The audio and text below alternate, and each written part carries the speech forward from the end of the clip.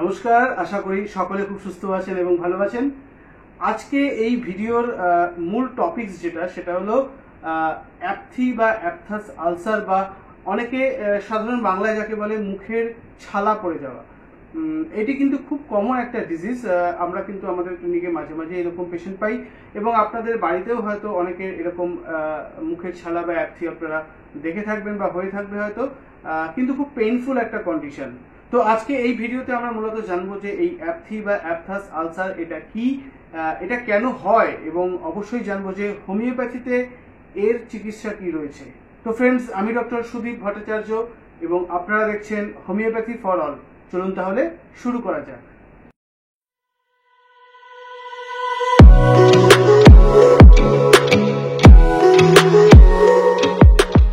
Friends, video শুরুর প্রথমে সকলের কাছে একটাই অনুরোধ থাকবে যে যদি ভিডিওটি আপনাদের ভালো লাগে তাহলে অবশ্যই লাইক করবেন, আপনার পরিচিত আত্মীয় স্বজন এবং বন্ধু বান্ধবদের সঙ্গে শেয়ার করবেন। আর আপনি যদি চ্যানেলে নতুন হন অথবা চ্যানেলটিকে যদি এখনো সাবস্ক্রিপশন না করে থাকেন তাহলে অবশ্যই সাবস্ক্রাইব করে নিন, এবং সাবস্ক্রাইব করার সময় পাশে থাকা বেল আইকনটিকে প্রেস করবেন, যাতে যখনই আমি এই ধরনের হেলথ অথবা ডিজিজ রিলেটেড কোনো ভিডিও এই চ্যানেলে আপলোড করব তার ইনস্ট্যান্ট নোটিফিকেশন কিন্তু আপনার কাছে চলে আসবে। তাহলে এই যে অ্যাপথি বা অ্যাপথাস আলসার এটি কি? দেখুন, এই যে অ্যাপথি বা অ্যাপথাস আলসার এটা কি হয় না, এটা মুখের ভেতরে দুটো গালের যে ইনার সারফেস রয়েছে সেখানে, ঠোঁটের যে ইনার সারফেস রয়েছে সেখানে, এইসব জায়গায় কিন্তু একটা রেডিশ একটা ইনফ্লেমড এরিয়া তৈরি হয়, এবং যার মাঝখানটা হোয়াইটিশ হয় বা সাদাটে ধরনের হয়। এটাকে আমরা অ্যাপথি বা অ্যাপথাস আলসার বলি। এবং সব মেন যে সিমটমটা থাকে যে প্রচন্ড পেইন হয়, মারাত্মক একটা ব্যথা থাকে। পেশেন্ট যেটা কমপ্লেন করেন যে ডাক্তারবাবু মুখ হা করতে পারছি না, কিছু খেতে পারছি না, কিছু গিলতে পারছি না, এবং বিশেষ করে যখনই কোনো সল্টি বা একটু যদি স্পাইসি খাবার খাই একদম মুখের ভেতরটা জ্বলে যাচ্ছে। এই ধরনের সিমটম নিয়েই কিন্তু পেশেন্ট কমপ্লেন করেন। এবং এই যে অ্যাপথি বা অ্যাপথাস আলসার বা মুখের ছালা এটি হওয়ার পিছনে মেইন যে কারণটা, সেই কারণটা কি জানেন?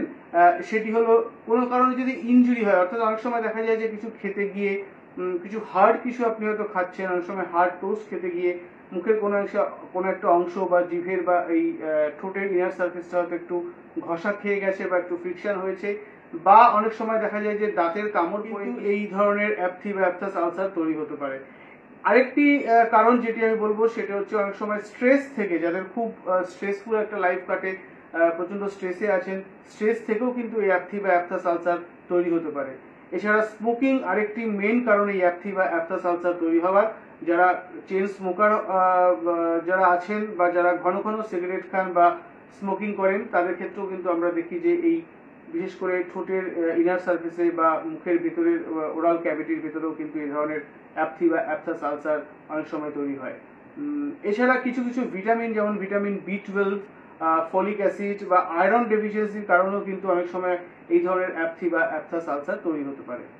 তাহলে এবার জেনে নেই যে হোমিওপ্যাথিতে কি চিকিৎসা রয়েছে যার মাধ্যমে আমরা এই অ্যাপথি বা অ্যাপথাস আলসারকে কিওর করতে পারবো। দেখুন, হোমিওপ্যাথিতে কিন্তু বেশ কিছু ভালো ওষুধ রয়েছে, তবে আমি আমার ক্লিনিকে যে দুটো মেইন ওষুধ ইউজ করে প্রচুর পেশেন্টকে এই অ্যাপথি বা অ্যাপথাস আলসার থেকে মুক্ত করতে পেরেছি, আজকে সেই দুটো ওষুধের কথাই বলবো। প্রথম যে ওষুধটির কথা বলবো সেই ওষুধটির নাম হলো বোরাক্স 30। এটি কিন্তু অ্যাপথি বা অ্যাপথাস আলসারের একটা অব্যর্থ ওষুধ। এই বোরাক্স 30 দিয়ে কিন্তু ম্যাক্সিমাম পেশেন্টকে, আমি তো বলবো যে 95 থেকে 98% পেশেন্টকেই কিন্তু এই বোরাক্স 30 ওষুধটি দিয়ে খুব শীঘ্রই, অর্থাৎ 1-2 দিনের মধ্যেই পেশেন্টকে সম্পূর্ণরূপে কিওর করে দেওয়া যায়। এই বোরাক্স 30 কিভাবে খেতে হয় না, প্রথম দিকে যখন পেশেন্ট আমাদের কাছে আসেন বা বলে যে ডাক্তারবাবু এই অ্যাপথিগুলো হয়েছে এবং প্রচন্ড কষ্ট হচ্ছে, তখন এই বোরাক্স 30 ওষুধটির 2 চামচ জলে মিশিয়ে আমরা প্রথম থেকে পেশেন্টকে দিনে 2বার করে খেতে বলি। 4-5 দিন খাওয়ার পরে যদি দেখা যায় যে অ্যাপথিগুলো মোটামুটিভাবে সেরে গেছে, খুব একটা অসুবিধা হচ্ছে না, তখন দিনে 1বার করে আরো 3 থেকে 4 দিন, অর্থাৎ মোটামুটি 7 থেকে 10 দিন পেশেন্টকে আমরা এই ওষুধটা কন্টিনিউ করাই। কন্টিনিউ করলে আমরা দেখি যে অ্যাপথি বা অ্যাপথাস আলসার সম্পূর্ণরূপে কিন্তু সেরে গেছে। এরপরে যে ওষুধটির কথা বলবো সেই ওষুধটিও কিন্তু এই অ্যাপথি বা অ্যাপথাস আলসারের ক্ষেত্রে খুব সুন্দরভাবে কাজ করে। সেই ওষুধটির নাম হলো মার্ক সল বা মার্ক সলিউবিলিস 200। এটি কিন্তু যারা একটু ক্রনিক টাইপ অফ অ্যাপথি নিয়ে যারা কষ্ট পাচ্ছেন, অর্থাৎ অনেক পেশেন্ট আমাদের কাছে এসে বলেন যে ডাক্তারবাবু এই অ্যাপথিগুলো হয় ওষুধ খেলে সেরে যায়, আবার কিছুদিন পরে অ্যাপথিসগুলো ফিরে ফিরে আসছে। এই ধরনের পেশেন্টকে কিন্তু আমরা দেখেছি যে বোরাক্স 30 দিয়ে টেম্পোরারি কমিয়ে দিলেও আবার অ্যাপথিটা ফিরে আসছে। এক্ষেত্রে আমরা এই মার্কসল 200 এই ওষুধটি ব্যবহার করে খুব ভালো রেজাল্ট পেয়েছি। এবং সঙ্গে যদি পেশেন্টের একটা এক্সেসিভ স্যালাইভেশনের কমপ্লেন থাকে, অর্থাৎ যখনই অ্যাপথিগুলো হচ্ছে মুখের ভিতরে প্রচুর লালা হচ্ছে, পেশেন্ট এরকম বলেন, পেশেন্টকে জিজ্ঞাসা করলে পেশেন্ট কিন্তু বলেন, সেক্ষেত্রে এই মার্কসল 200 ওষুধটি কিন্তু খুব সুন্দরভাবে কাজ করে। প্রথম থেকে আমরা পেশেন্টকে এই ওষুধটির ওই একই রকম ভাবে 2 ফোঁটা 2 চামচ জলে মিশিয়ে একদিন অন্তর অন্তর খেতে বলি, অর্থাৎ একদিন খেয়ে একদিন গ্যাপ দিতে এবং তারপরে আবার একদিন খাওয়া। এইভাবে মোটামুটি 7 থেকে 8 দিন খাওয়ার পরে যদি দেখা যায় যে এই অ্যাপথি বা অ্যাপসাস আলসারগুলো অনেকটা কমে এসছে, পেশেন্ট অনেকটা বেটার ফিল করছেন, তাহলে এই মার্কসল 200 এই ওষুধটিকে পরবর্তীকালে সপ্তাহে 2 দিন করে, তারপর এইভাবে আরো ধরুন 15 দিন, তারপরে সপ্তাহে 1 দিন করে আরো মোটামুটি 15 দিন বা 20 দিন, এইভাবে 2 মাস বা 2.5 মাস কন্টিনিউ করালে আমরা দেখেছি এই যে অ্যাপথি বা অ্যাপসাস আলসার যাদের ক্ষেত্রে রিপিটেডলি ফিরে ফিরে আসছে, রিল্যাপস করছে, সেরে গিয়ে আবার ফিরে আসছে, এক্ষেত্রে কিন্তু এই ওষুধটি প্রয়োগ করে আমরা খুব ভালো রেজাল্ট পেয়েছি এবং প্রচুর পেশেন্টকে কিন্তু এই মার্কসল 200 এই ওষুধটি দিয়ে কিন্তু এই অ্যাপথি বা অ্যাপসাস আলসার বা মুখের ছালা, এই যে সমস্যা, এই সমস্যা থেকে চিরতরে মুক্ত করতে পেরেছি। তবে বেশ কিছু পেশেন্টকে আমরা মার্কসল 200 দেওয়ার পরেও দেখেছি যে ডিজিজটা অনেকটা ঠিক হয়ে গেছে, আগে যেরকম ফ্রিকোয়েন্সিতে ফিরে ফিরে আসতো এখন সেরকম ফ্রিকোয়েন্সিতে আসছে না, কিন্তু পুরোপুরি সারছে না, অর্থাৎ দেখা গেছে 2 মাস 3 মাস বা 4 মাস পরে আবার একটা দুটো করে অ্যাপথি তৈরি হচ্ছে। এদের ক্ষেত্রে আমরা মার্কসল 1M বা 1000 পোটেন্সি এই ওষুধটা দিয়েও কিন্তু খুব ভালো রেজাল্ট পেয়েছি।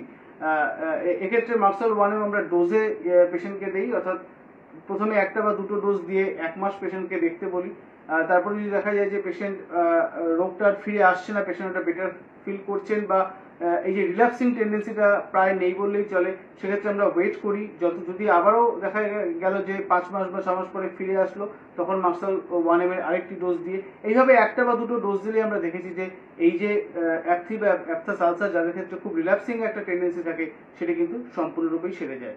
তাহলে এই যে অ্যাপথি বা অ্যাপসাস আলসার এটি কি, এটি কেন হয়, এর সিমটমস গুলো কি কি, এবং হোমিওপ্যাথিতে কি ওষুধ রয়েছে যার মাধ্যমে আমরা এই অ্যাপথি বা অ্যাপসাস আলসারকে সম্পূর্ণরূপে সারিয়ে ফেলতে পারবো, এই সম্বন্ধে আশা করি আপনাদের একটি সম্যক ধারণা তৈরি হয়েছে। তাহলে আশা করি ভিডিওটি আপনাদের ভালো লেগেছে বা ভিডিওটি আপনাদের কাজে লাগবে। আর কেমন লাগলো সেটিকে অবশ্যই আমাকে কমেন্ট বক্সে কমেন্ট করে জানাবেন। আর যদি নির্দিষ্ট এই টপিক সম্বন্ধে আপনাদের কোনো কোশ্চেন থাকে, সেটিকেও কিন্তু আমাকে কমেন্ট বক্সে কমেন্ট করে জানাতে ভুলবেন না। আর যদি নির্দিষ্ট কোনো টপিক সম্বন্ধে ভিডিওর কোনো অনুরোধ থাকে, সেটিকেও আমাকে কমেন্ট বক্সে কমেন্ট করে জানাবেন। তাহলে আজ আপাতত এত অবধি। সুস্থ থাকবেন, ভালো থাকবেন এবং আনন্দে থাকবেন। নমস্কার।